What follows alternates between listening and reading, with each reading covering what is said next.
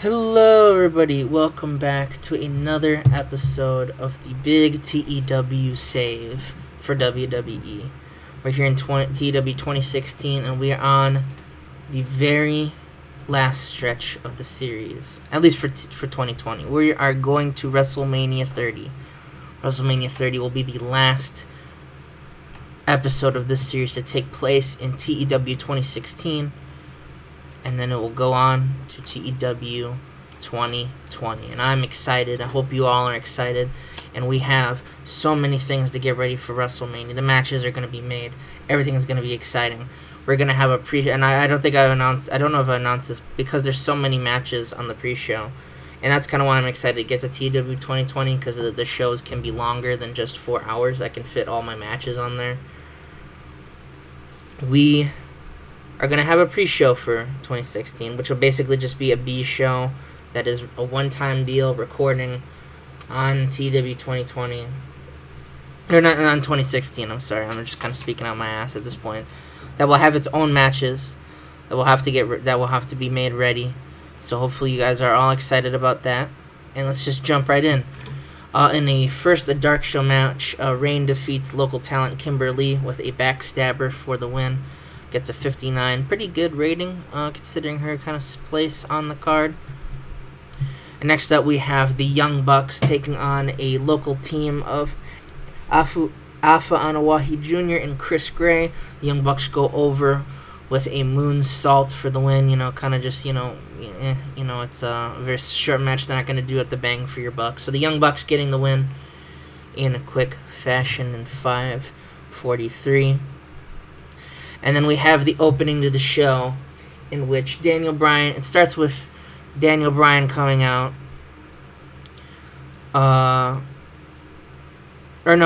Sorry, I lost focus on it. I had a original plan. For Triple H and Stephanie are out there. And they are very pissed off. And they go, we're not even here to talk about what has happened with Kofi Kingston. I did invite him on Raw. He will be here. We're not mad about what happened with The Miz, the Dynasty. As far as we know, the Dynasty is still a thing. It is my creation, and I decide when it dies. If Miz doesn't want to cooperate, that's fine. I know what I did try to do to Miz, but hopefully he understands that it was for the greater good, or at least it would have been, until Kofi Kingston ruined it. And speaking of Kofi Kingston... I was going to come out here, and I was going to offer you a match at WrestleMania. But, like always, and this is no offense, Stephanie, and she nods, those fucking McMahons always have to ruin everything. You see, I thought I had it ironed out. I'm willing to admit my failures. I ironed out every contract I could, every rule, every court of law I could, to make sure that the McMahons could never ever get in control while I was still around. I thought I had an ironclad position, but you know what? He's using cheap tactics to try to get me out. He's found out that because of how the corporate ladder of WWE works, I'm not supposed to be in matches. Now, I was at Survivor Series, of course. That was a match I was in. So technically, I'm on probation. You can only swing around these rules for so far. I knew that. I should not have been at Survivor Series. I should have just left the position to Batista. He could have gotten the job done. But you know what? I wanted the extra glory. I wanted the extra power. So, I'm not going to come out here to offer Kofi Kingston a match at WrestleMania. At least not right now. I do not want to risk my position on somebody who doesn't deserve to even be in my presence at the grandest stage of them all. And then Kofi Kingston comes out. And he doesn't say anything. And he's just looking. He's like, Kofi, I know you're mad. But even you at this point got to realize that what we did was best for business. It was best for... And then Daniel Bryan comes out. The number one contender. Going to WrestleMania for the Miz's title. And he's like, Triple H, please just stop. Just stop with this whole shenanigans fest, right? take a look around you. What have exactly you done to make the show different?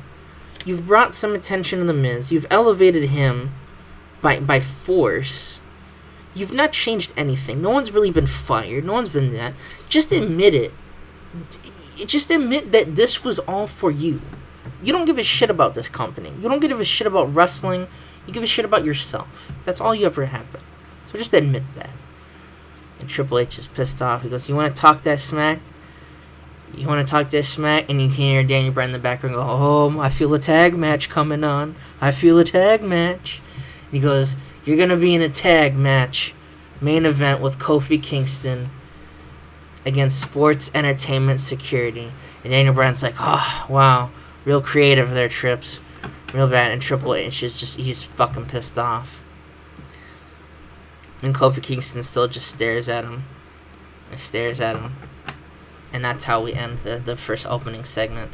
You have another segment in which we basically talk about, the announcers hype up that John Morrison is going to take on Antonio Cesaro for a Money in the Bank ladder match spot. We brought Money in the Bank back to WrestleMania. And as John Morrison's getting ready, Randy Orton comes in. And he's got the suit on still, but it's really scraggly looking. It doesn't look like polished well enough. And, he is officially out of the dynasty. And Randy basically just talks, he mocks John Morrison for the fact that, he lost at Elimination Chamber. He had all the opportunity, but being the final elimination, could get the job done. He's not sure why he's even in the Money in the Bank. And John Morrison smiles, and he basically talks about how, well, Triple H never really was paying too much of attention besides himself anyway, so the only real power to be the 1%er Shane McMahon put him in this match. So Randy Orton should think again and go back to his buddies, and Randy laughs. He goes, I'm not friends with the Dynasty anymore. I got kicked out. I got to qualify myself instead of just being put in, so I'll see you there. John Morrison is like, did you just want me to go win my Money in the Bank? Whatever, fuck you. And he walks out. And in the 73, I fucked up the kind of system of what I wanted to do. They don't click. I fucked up the booking. And it wasn't a storyline match either. So at the end of the day, it wasn't going to be a great match. But still, a 73B is minus is still really good, as John Morrison does earn his spot, hits Starship Pain on Antonio Cesaro for the win in 21:58.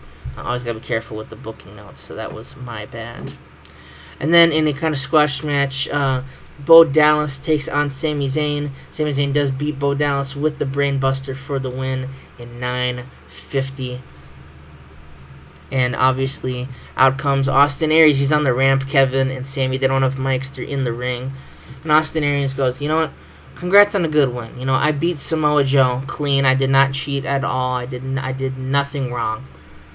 And I know you've been wanting this U.S. title at WrestleMania. And I just want to say that Austin Aries will be going to his first WrestleMania.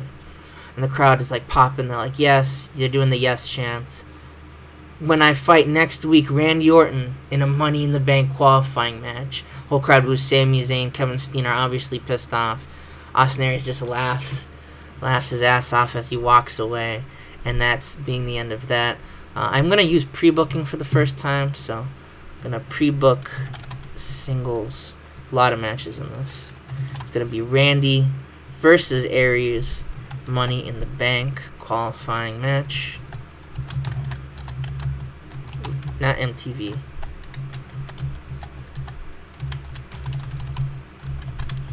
That's not spelled right at all, but I don't give a fuck. I figured out use Money in the Bank. And then basically Tyler Breeze was supposed to have a match, and then Brock slides in and just beats his ass. Because he's Brock. So Brock beats his ass. Of course, that it was we haven't seen Brock in a little bit, so commentators are kind of shocked. Just F5, F5, F5. There's like 17 F5s on Tyler Breeze. He is dead. Not literally. He's not leaving the company either. It's just funny because he's dead. And then, Paul Heyman is like, this is absolute cock-a-doodle bullshit.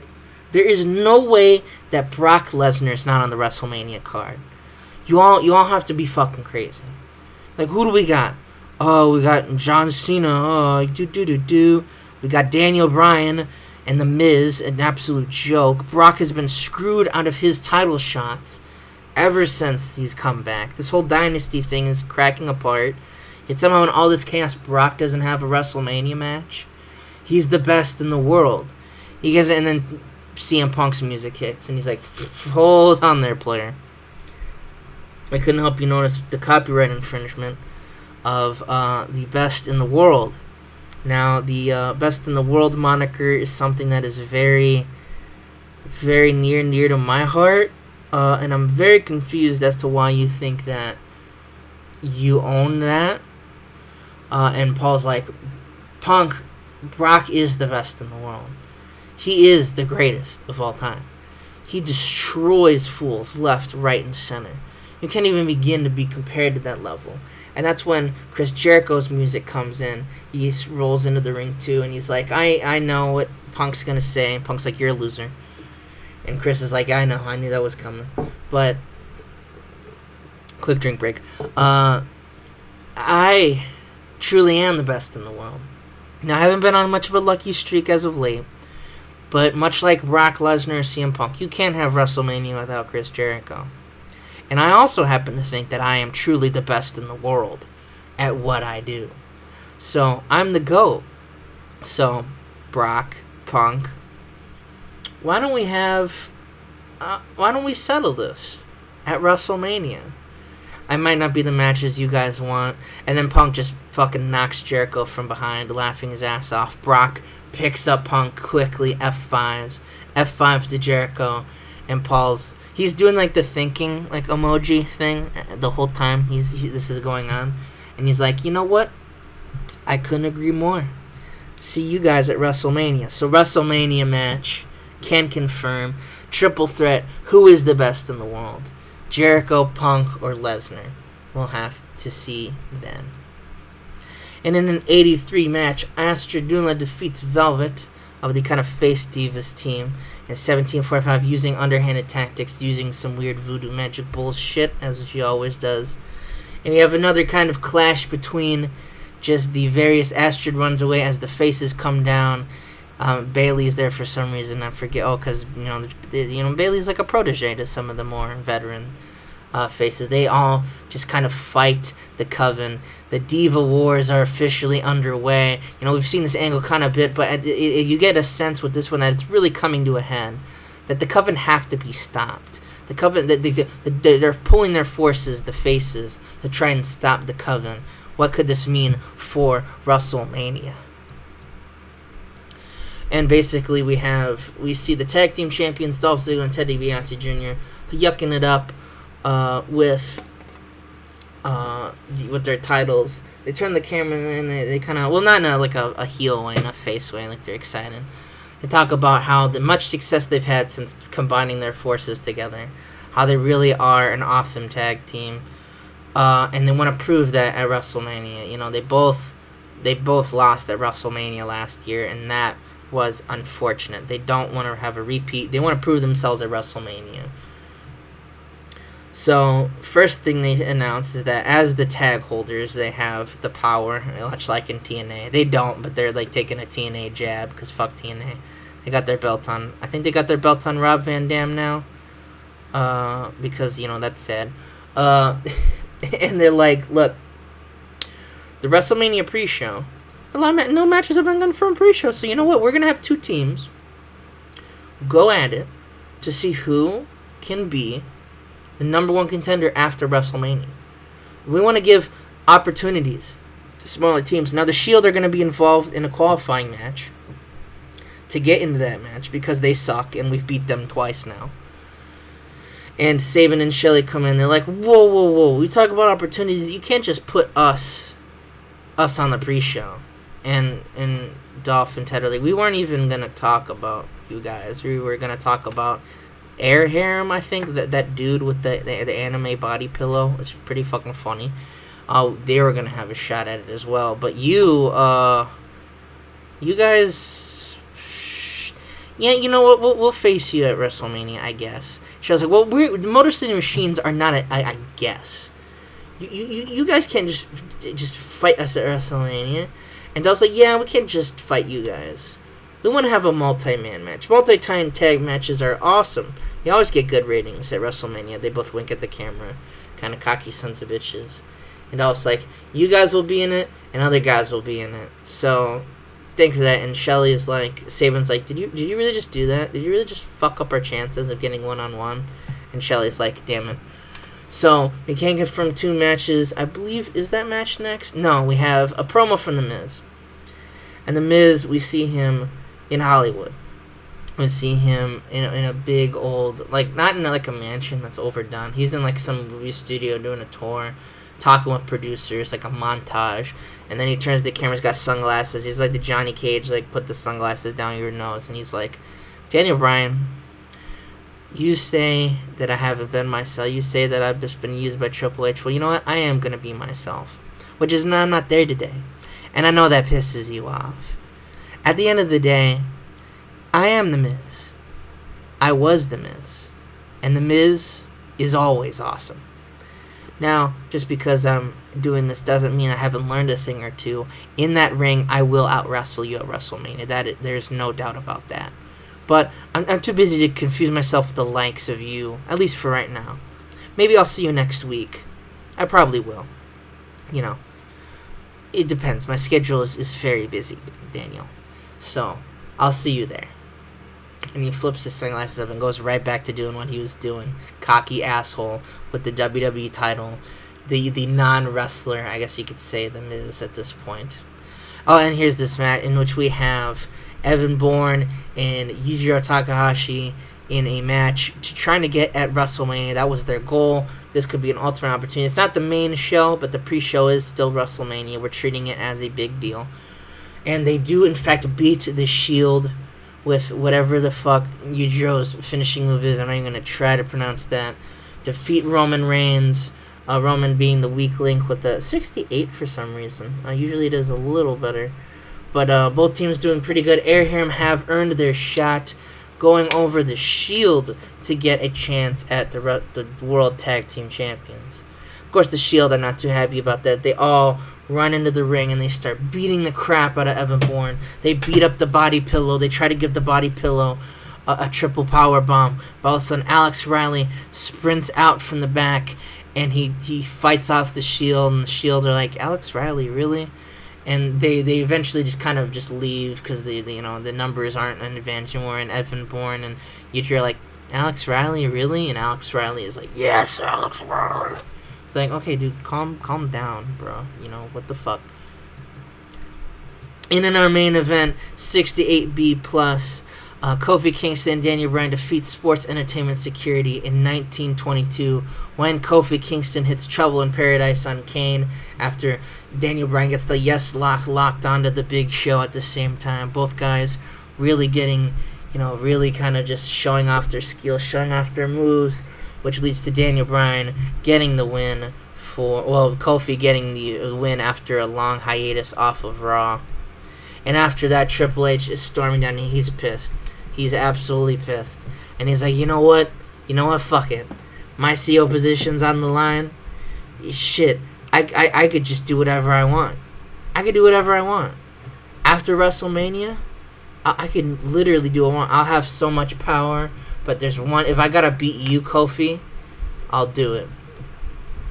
And I know exactly how I'm gonna do it. See, our match at WrestleMania will be unsanctioned. No holds barred, anything goes, Kofi. I'm going to end you. You want to end my reign of tyranny? You want to end my little thing you call a blemish on the wrestling? Fight me in this match. And you might just have that shot. But you're going to have to make sure that I'm never, ever going to be in the wrestling ring again. And this isn't like, we're like, Triple H is not retiring. It's just kind of like how I hit the promo. And Kofi immediately is like, he just gets the microphone and he goes, yes. So, Triple H, Kofi Kingston, WrestleMania, unsanctioned match. And we end the show. 91A, one of the lower shows, but that's just because, Kane sucks. Kane is awful, and Kane is trash. So, Kane and the Big Show losing to Daniel Bryan. The dynasty is in shambles. Monday Night Raw is basically in shambles. Everything is just in chaos. We really do need to kind of find the issue of general manager. At least SmackDown has a general manager, but not for too long. Or maybe he's decided to change his mind. But that is it. That is Monday Night Raw, the first Raw on our way to WrestleMania. I will see you guys for SmackDown.